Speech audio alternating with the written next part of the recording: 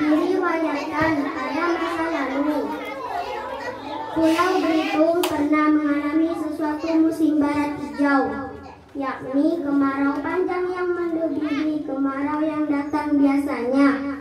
Kemarau ini mengakibatkan di mana-mana terjadi kekurangan air baik untuk keperluan minum maupun kebutuhan rumah tangga. Tersebut kisah seorang ibu bernama Dambe berjalan terseok-seok mendukung seorang anak ke sana kemarin. Anak yang ada dalam gendongannya itu baru bisa merangkak. Tangan kirinya nampak menjinjing sebuah gerbong. Tempat air berasal dari tempurung kelapa yang diambil dagingnya tanpa memecah tempurung. Sementara tangan kanannya mengapit anaknya. Setelah hari Mak Dade mencari air sambil menggendong anaknya. Terakhir ia menyusuri kaki gunung tajam, tapi belum juga mendapatkan air. Sementara anaknya sudah mulai menangis kehausan. Saking haus dan kecapean, Mak Dabe duduk melepas lelah di atas sebuah batu sambil melayangkan pandangannya. Kalau ada petunjuk di mana ia bisa mendapatkan air. Selama beberapa lama, ia melihat seekor gunan. Bahasa setempat untuk menyebut kura-kura darat. Sedang berjalan merambahi tanah menjauh dari batu tempatnya melepas lelah. Melihat gunan itu, Mak Dabe pun berpikir untuk mengikuti saja karena pasti ia akan mendatangi sumber air. Namun, ada satu hal yang menghalanginya untuk mengikuti gunan tersebut. Anak yang ada di pangkuannya bagaimanapun juga adalah darah dagingnya. Tapi begitu dilihat gunan sudah kian menjauh, ia memutuskan untuk mengikutnya dan akan meninggalkan anaknya di dekat batu tempatnya beristirahat agar anaknya tak pergi kemana-mana.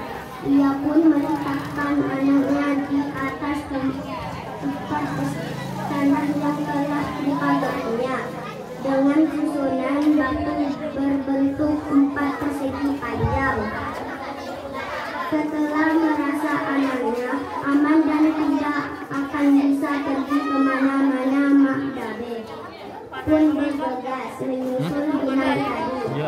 Beberapa lama berjalan, akhirnya gunan yang mengikutinya mengarah ke sebuah lembah. Ternyata di lembah itu terhadap sumber air dan sebuah celah batu. Ia pun segera mengisi kulit berwaduknya dan minum sepuas-puasnya.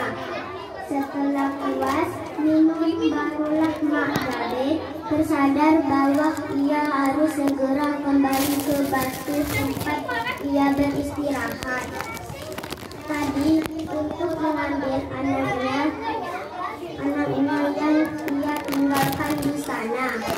Hampir beberapa hari barulah mencapai batu tersebut. Namun apa yang ditemuinya? Susunan batu yang memagari tempat ia menaruh anaknya sudah hancur. Ia pun segera mengamati sekeliling tempat tersebut. Alangkah kagetnya dilihatnya dia atas tanah lengkap seekor binatang berukuran sangat besar terhadap bersandara di puncak gunung tajam. Kendati terus mengikuti tampak kaki tadi, Mak Dabe tak juga menemukan anaknya. Karena tak berhasil menemukan anaknya, dengan rasa sedih, kecewa, menyesal, bercampur putus asa dan kehilangan yang sangat, Mak Dabe pun segera kembali ke pondoknya. Sekembalinya pondok, berkali-kali Mak Dabe tak bercampur dengan tetangganya. Sehari ia hanya duduk di duduk kelamaan. Ia pun tak tahan mendengar pertanyaan para tetangga yang datang melihat dapurnya, karena dia dari biasanya. Karena di desa ia pun menceritakan semua penderitanya. Setelah itu barulah tetangganya tahu musibah yang menimpa Mak Dabe. Sejak saat itu masyarakat setelah menyebut daerah di mana Mak Dabe telah meninggalkan anaknya sebagai padang buang anak. Karena di tempat itulah masyarakat berangkap bahwa Mak Dabe telah membuang anaknya. Pesan dari cerita ini adalah hati-hati dalam bertindak, karena dalam tindak bisa mendatangkan persepsi buruk macam-macam di mata orang lain. Waalaikumsalam warahmatullahi wabarakatuh. Waalaikumsalam.